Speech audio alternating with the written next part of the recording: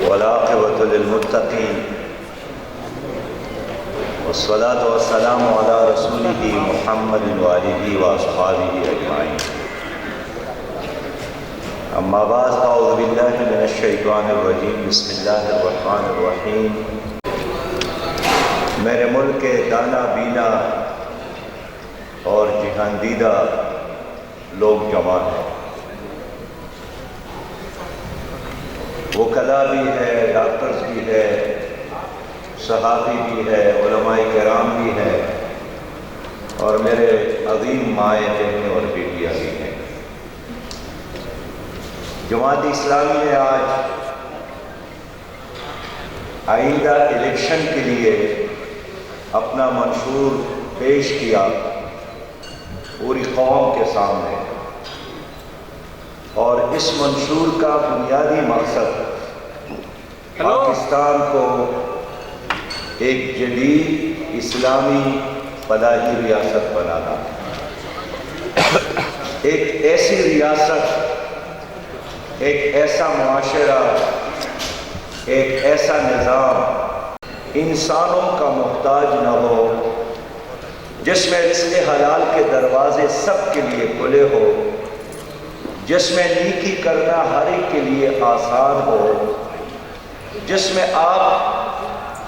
آسانی کے ساتھ اپنے مرضی کے ساتھ اپنے بچوں کو تعلیم دے سکے، ایک ایسا پاکستان جس میں صلاحیت کی بنیاد پر، میرٹ کی بنیاد پر جوانی کی، ہجرت کی، جدوجہد کیا، نعرے لگائیں، ماؤں بہنوں اور بیٹیوں نے اپنی سب کچھ اس ملک پر نچاور کیا، پاکستان بنایا، ہم اس منزل کی طرف آگے بڑھیں۔ ہماری اس تقریب کو اس پاکستان کی سیاست میں ایک خیر کے غلبے کا ذریعہ بنا دے، اقامت دین کا ذریعہ بنا دے۔ وآخر دعوانا ان الحمدللہ رب العالمین۔ رونمائی کی اس تقریب میں ہماری خواتین رہنما بھی موجود ہیں، جناب سمینا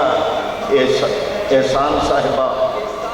یہ ناظمہ ہے صوبہ پنجاب شمالی پنجاب کی، جناب عظمیٰ عمران صاحبہ، یہ ناظمہ حلقہ لاہور ہیں، زبیدہ جمیل صاحبہ نائب ناظمہ صوبہ وسطی پنجاب، نازیہ توحید صاحبہ نائب ناظمہ صوبہ وسطی پنجاب، نائبین حلقہ لاہور،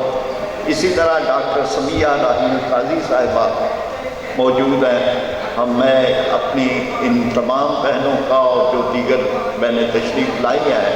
ان کا خیر مقدم کرتا ہوں۔ باتوں میں مانگی پیدا کرنے کی کوشش کی جائے گی۔ آئین کے آرٹیکل 62 اور 63 کے مطابق قومی اسمبلی اور سینٹ اور صوبائی اسمبلی کے ممبران کی اہلیت، دیانت اور شہرت جاننے کے لیے ایک آزاد خود مختار ایک کمیشن قائم کیا جائے گا۔ پارلیمنٹیرین قانون سازوں یعنی لیجسلیٹرز کی